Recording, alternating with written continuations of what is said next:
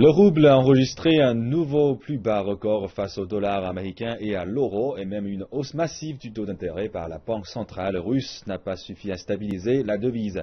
Le rouble a débuté fortement mardi hier avant de chuter rapidement, perdant dans la journée 20% de sa valeur face au dollar. La dépendance de la Russie sur les recettes des exportations énergétiques implique qu'une baisse des prix du pétrole supprime des milliards de son budget annuel.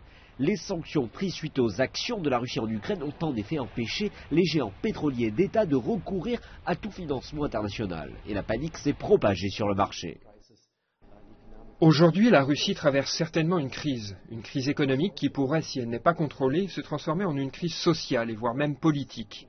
Et je pense que c'est là un facteur clé pour le Kremlin et qu'il doit réagir pour éviter une telle orientation. Le rouble avait déjà perdu près de 10% de sa valeur en une journée lundi et encore 20% mardi, sa pire chute depuis le défaut de la Russie en 1998.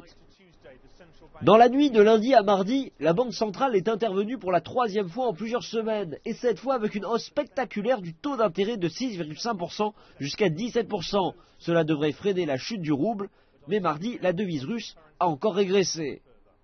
Et les inquiétudes se propagent désormais dans les rues avec certaines manifestations contre la chute du rouble. Désormais, à cause de la hausse du dollar, les détenteurs de prêts, au lieu d'avoir à payer 40 000 roubles mensuellement, doivent verser 200 ou 150% supplémentaires. Aujourd'hui, je paie 70 000 roubles au lieu de 35 000. Et cela a changé en à peine 2 mois. Donc les gens lèvent le ton, pas seulement maintenant ici, mais partout. Le président Vladimir Poutine a critiqué tant la chute des prix du pétrole que ce qu'il qualifie de spéculateurs, ainsi que l'Occident.